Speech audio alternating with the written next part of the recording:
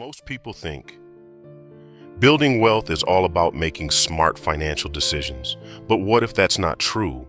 What if the biggest reason people stay broke has nothing to do with money at all? What if it's happening inside your own mind? Because every day, intelligent people make financial decisions they already know are wrong.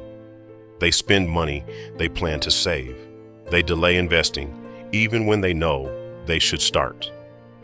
They choose short-term comfort over long-term freedom, not because they lack information, because their brain is working exactly the way it was designed to.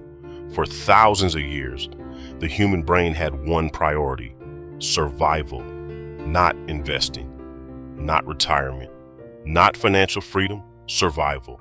And that's why your brain naturally loves spending money far more than growing it. Every time you buy something new, your brain releases dopamine, a small reward, a quick feeling of excitement. For a moment, it feels like progress, it feels like success, but that feeling doesn't last. The new phone becomes ordinary. The expensive shoes stop feeling special. The dream car slowly becomes just another car.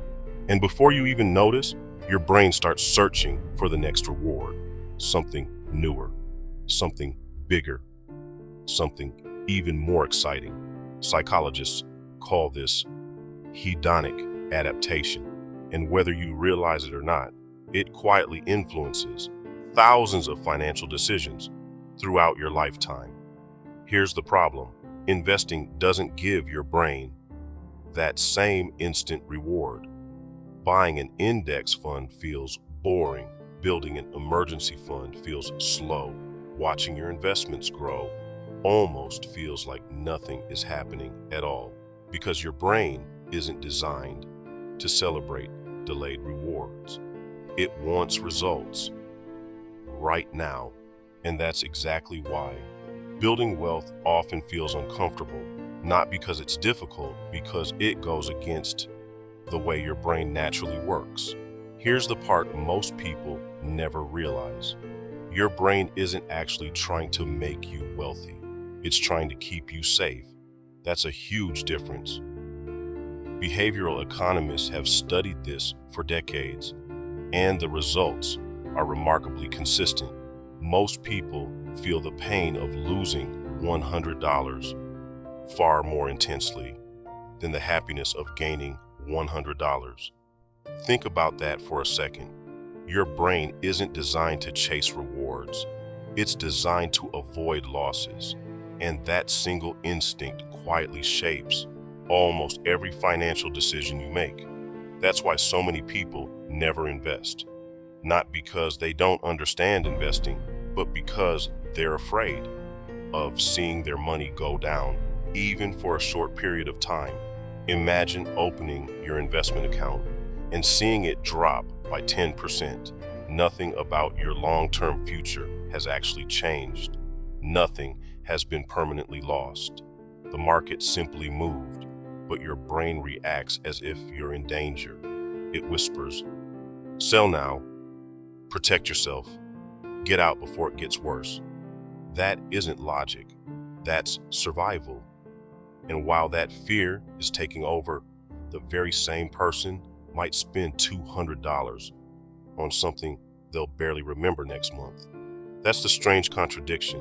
One decision feels safe, the other feels risky, when in reality, it's often the exact opposite, because every dollar spent on something temporary stops working the moment it's gone, but money invested, even after short-term declines, still has the opportunity to recover, to grow, and eventually compound. That's the difference. Your brain notices temporary losses immediately, but it almost never notices the opportunities it quietly misses. And those missed opportunities often become the most expensive losses of all. That's why wealthy people train themselves to think differently. They stop reacting to short-term emotions and start focusing on long-term outcomes.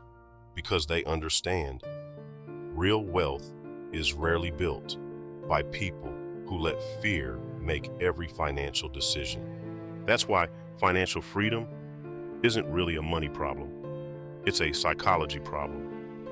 The moment you stop chasing instant rewards and start rewarding your future self, everything begins to change.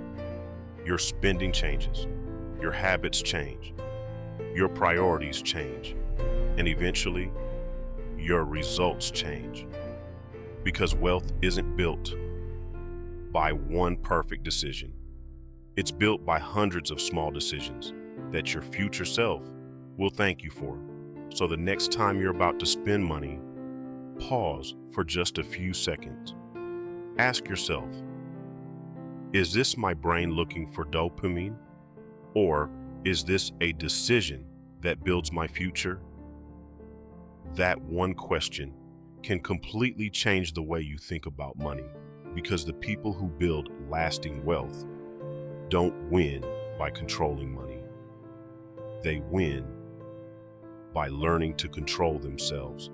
And the day you master your mind is the day your money finally starts growing with it. If this changed the way you think about money, subscribe for more.